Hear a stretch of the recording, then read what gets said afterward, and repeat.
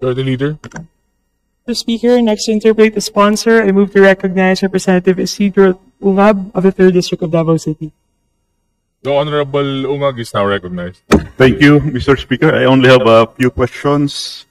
Some may have been already asked, but I would like to ask them again, considering that I need the data for my analysis about the budget. Let me begin by asking, for 2024, how much was released to the DPWH, which were sourced from the unprogrammed appropriations? 2024.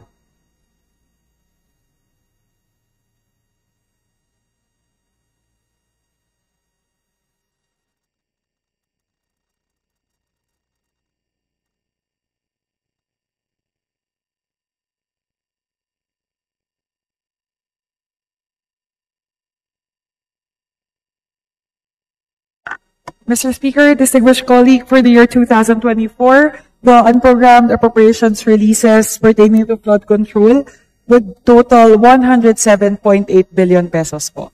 107.8 billion pesos po. billion, okay. Can I get a breakdown of this? Mr. Speaker, What particular programs? Oh, particular programs. Would it be specific projects po, as in line item or Specific line projects later. Okay. Was the programs lang muna. Like, is it sourced out from strengthening assistance for government infra and social programs? Is it sourced out from support through foreign assisted projects? Is it sourced out from government counterpart or FAPs?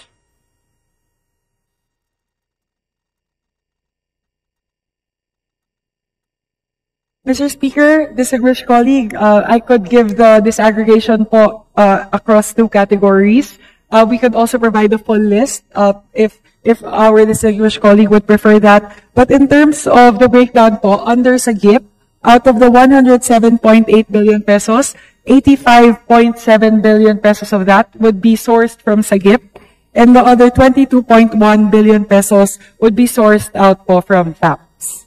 Okay, just give me the data after or later. Can you provide me the list of foreign assisted projects that were funded from the unprogrammed funds, both DOP counterpart and loan proceeds? Yes, Mr. Speaker, my distinguished colleague, we actually have it po on hand. We could share it to our distinguished colleague right away. Will, thank you. Okay. Were there allotment releases for flood control projects? What are these? What are these FAPs? And how much were released?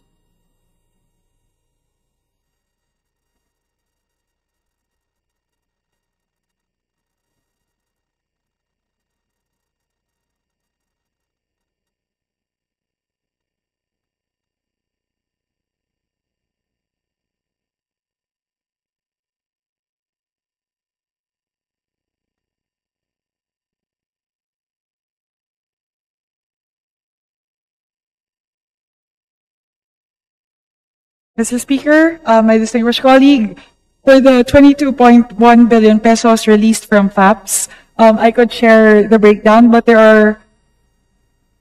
Is this for 2024, 2025? For 2024 po, Mr. Speaker, okay. There are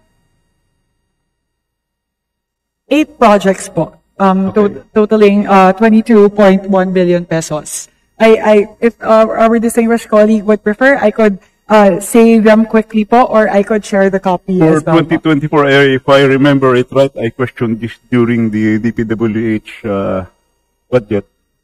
Those POPs were stricken, were deleted from so yung unprogrammed. Are these the same projects that were deleted in the program funds for POPs?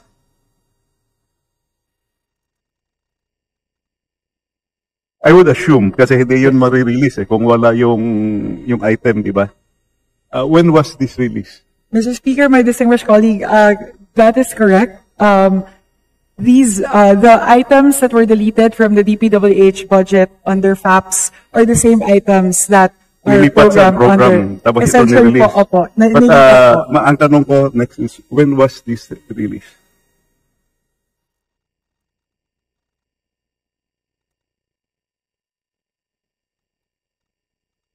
Ang point, anyway, you just, to save time, kasi umaandar yung minuto, just give it to me later. Ang point ko kasi, nadidelay yung mga projects because nilipat sa unprogram yung ang ating foreign assisted, the big projects, right? That is correct po. I'll answer po very quickly, Mr. Speaker, my distinguished colleague, na most of them po were released around February, May of the year 2024. Meron pong dalawa na June at September, pero karamihan po February and May. It should have been released earlier kung nasa program fund siya, di ba? That Okay. is correct, Mr. Speaker, my distinguished colleague. There is a huge amount in 2024 under SAGIP, which will charge again Purpose 1 of the unprogrammed appropriations. What are the specific infra programs and projects that were provided with the release of these funds?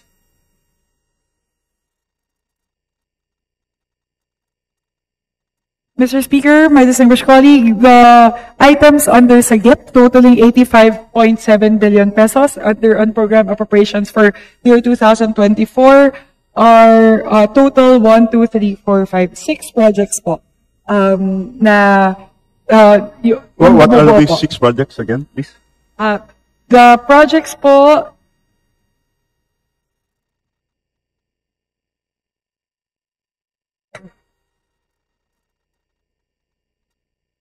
Mr. Speaker, my distinguished colleague, the number of line items are quite voluminous. They are spread across 6 line items. However, it comprises about 29 pages of line Kung items. iba'y category natin, more or less, ano yung mga bulk allotments?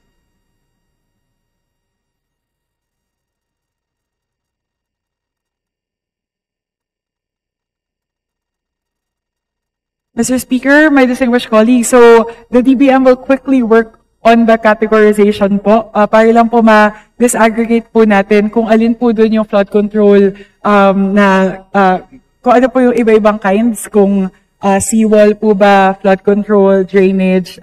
If we may ask po for a few minutes to work on that po, Mr. Speaker, my distinguished colleague.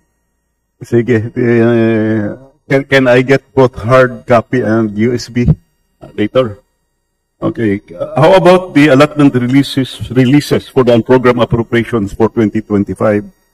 Can you provide or enumerate to me the list of foreign assisted projects that were funded from the unprogrammed appropriations?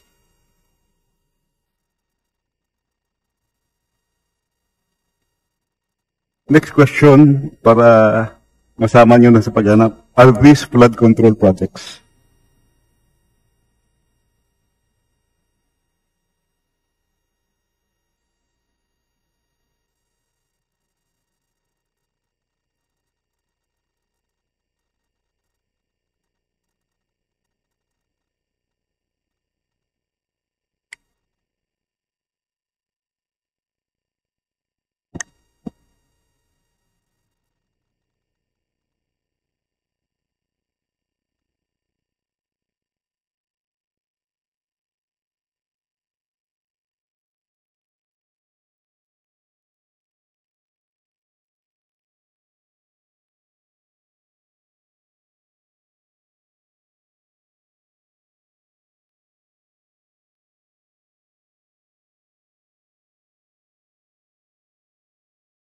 Tama ba itong figures sa website nyo na 58 billion ang na-release for FAPS as of January 1 to August 31, 2025? Ako na lang ang sasagot sa tanong ko.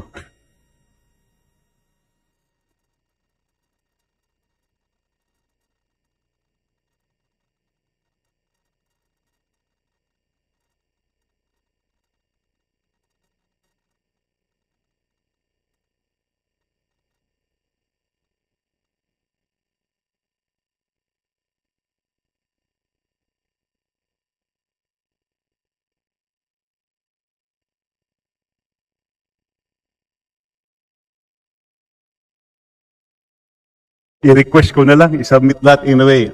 Na-enumerate naman yung mga sinabi ko, ano? Paki-submit yung lahat. I'll go to my next question.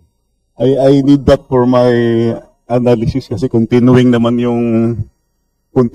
yung question and answer natin sa 2025 at saka 2024. Mukhang walang kamatayan ito, ma'am. Yes, Mr. Speaker, distinguished colleague, our apologies. What we have on hand right now would be just the GOP counterpart of the FAPS component. So, 10 billion pesos pa lang po yung hawak namin out of the unprogrammed appropriations released from FAPS. We are still looking for the yung loan proceeds component po. But as soon as we have it, we will share it po, Mr. Speaker. Pakibigyan nyo na lang sa akin anyway. Sabi ko naman lahat yung aking mga kailangan na data. Okay, next question. The 2025 DPWH budget keeps increasing with the releases from the unprogrammed appropriations. Can you confirm this? May additional releases tayo sa 2025 for DPWH, di ba?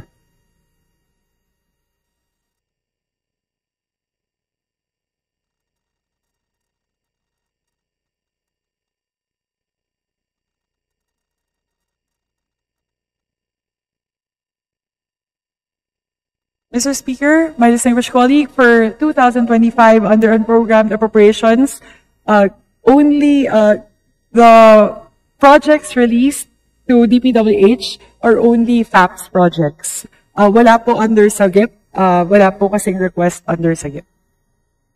Ito yung 58.84 billion na FAPS. Is my figure correct?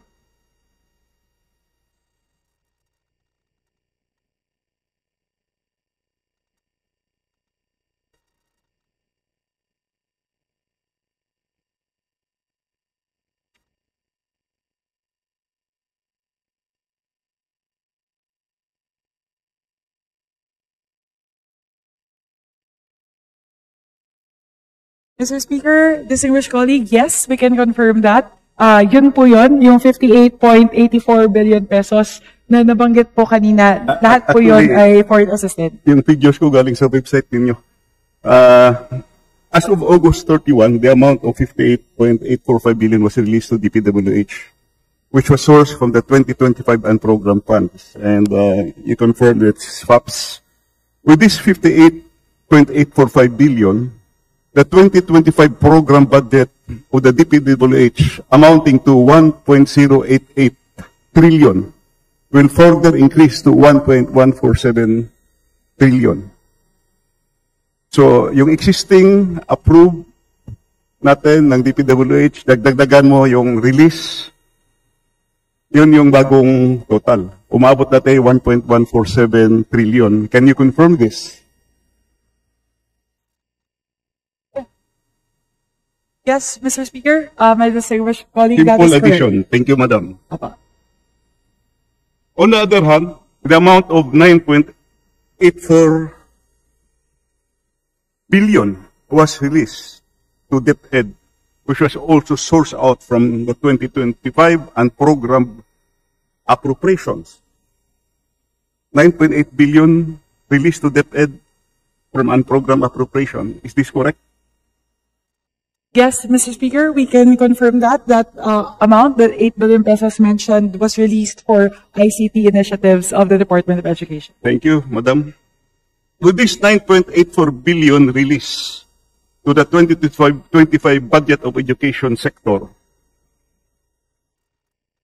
which has present level of 984.5 trillion, 9 billion, 984 billion, na trillion. Hindi tayo nakaabot ng trillion sa DepEd budget eh. Education sector budget to. 984.562 billion. This will subsequently increase to 994 billion. Can you confirm this? The present level of approved program appropriations of DepEd plus the 9.894 billion. Yun yung bagong total. That is correct, Mr. Speaker. It would be the total of what's programmed and unprogrammed for DepEd. Thank you for confirming. And again, this increases the gap between the DPWH and the education sector. Do you agree that the total budget of DPWH in the 2025 budget, including the unprogrammed appropriations, is now 1.147 trillion against the education sector budget of 994 billion. Agree, Madam? That is correct, Mr. Speaker, my distinguished colleague, and that is something that we want to fix in the 2026 budget. Na we recognize po, I agree po that one of the things that we noticed with the 2025 budget is that the education sector Was overtaken. but essentially po, more were funneled towards infrastructure rather than education. But in the 2026 budget po, we commit that we want this to be an education budget. So the budget for education will definitely be more than the budget for education. Yes. Infrastructure rather. And I will agree with you because I can see the sincerity in your heart outpouring na hindi talaga mangyayari ito sa 2026. Pero yung tinatanong ko, ma'am, yung 2025. So, you confirm that the education sector budget was overtaken by the DPWH budget. Wag na nating, just one question. Sino ba yung gumawa ng bagong definition or composition ng education sector budget? Merong mga press releases doon na binago yung education sector. I just want it clarified here. Please wrap up, sir. I still have 16 minutes pa lang ako. Di ba? 30 minutes. Allotted. The arrangement was 10 to 15 minutes per member. Again.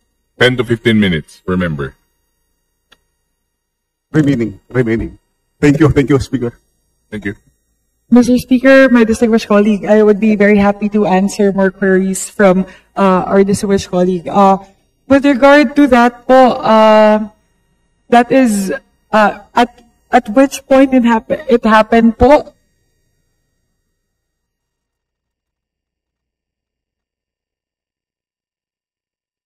On the part of the DBM, we are not able to ascertain as to which stage in the budget process that transpired, kung saan po tumaas.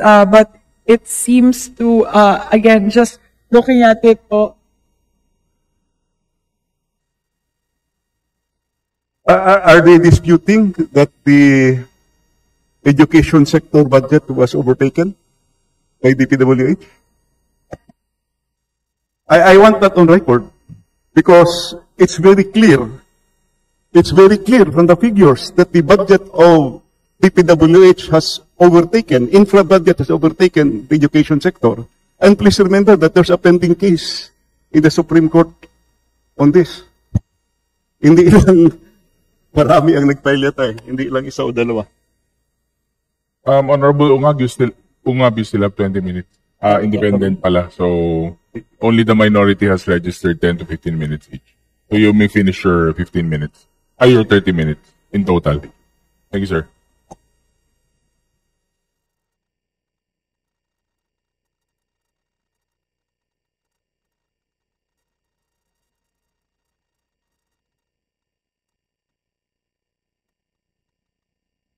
I just want to, anyway, habang nagdi-discuss kayo, naka-charge sa oras ko sa minutes.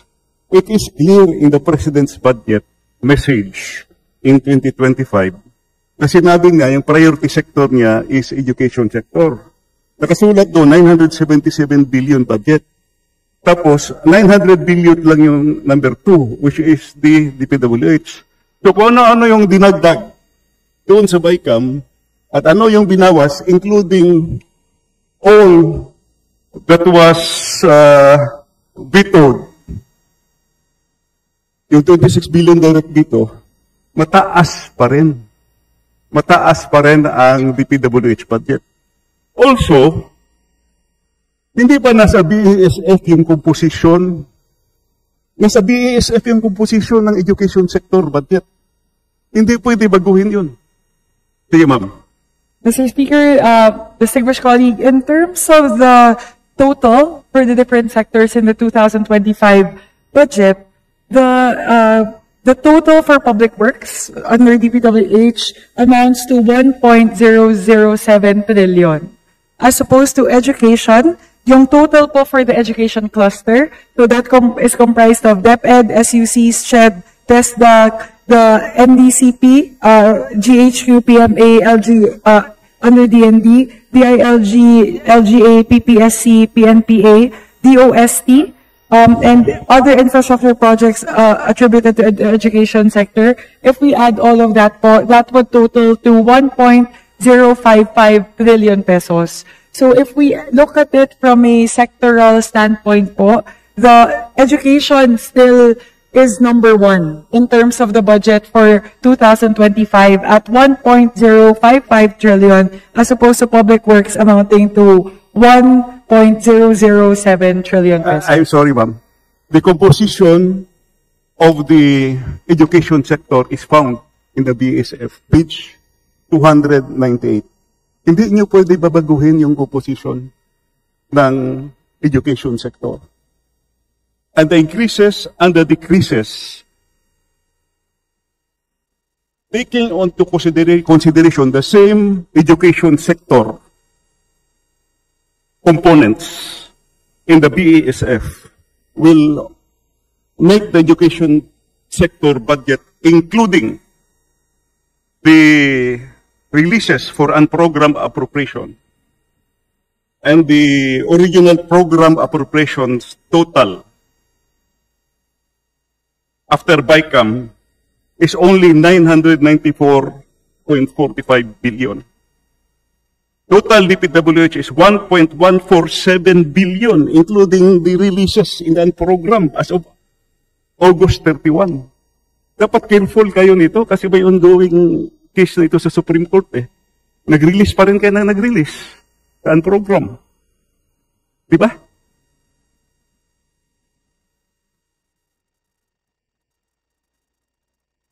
The Constitution is very clear that we cannot go beyond the education sector budget. Bakit nauuna pa yung priority yung infrastructure, and despite the questions, a lot of questions, nadagdagan pa ng 58 billion sa program. Well, earlier, Madam, the chairperson said, you agree with me that the education sector budget was overtaken.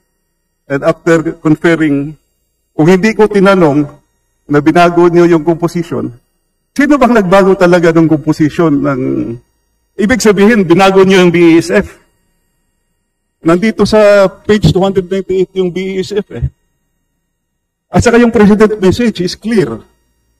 And to add to that, yung House Bill for the General Appropriations Bill, yung introductory part, cited those figures also, both BESF and the President's message. Please do not change. Please do not change just to justify na mataas pa rin ang education sector. I cannot agree with that, Madam. Mr. Speaker, my distinguished colleague, actually, as mentioned by our distinguished colleague, this is a subject of a case that is currently ongoing. And the figures that I cited po just now are the figures that are also these are the figures being used by the OSG in the case. So, if looking at that standpoint po, unfortunately, we are not able to delve deeper into it given that it is a subject of a case. But with regard to the figures that the OSG is using for the case, total po na education is 1.055 trillion and the total for public works will be 1.007 trillion. So, in that po, education is still number one as compared to public works. We are here legislating, and the basis for the GAA will be the NEP and the BASF. Yung BASF last year, bakit mag-iiba yung composition? I kept track of the figures. Saka nagdagdag pa kayo ng release ngayon sa program.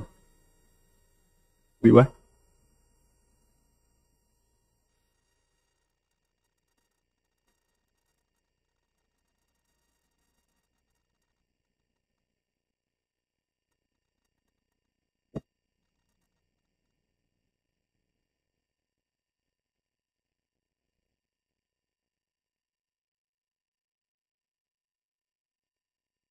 Anyway, Madam, the time allotted is hard sa akin. May I go to my next question? Kasi habang hindi pa kayo nagkakasundo, time na, 5 minutes lang na iwan sa akin.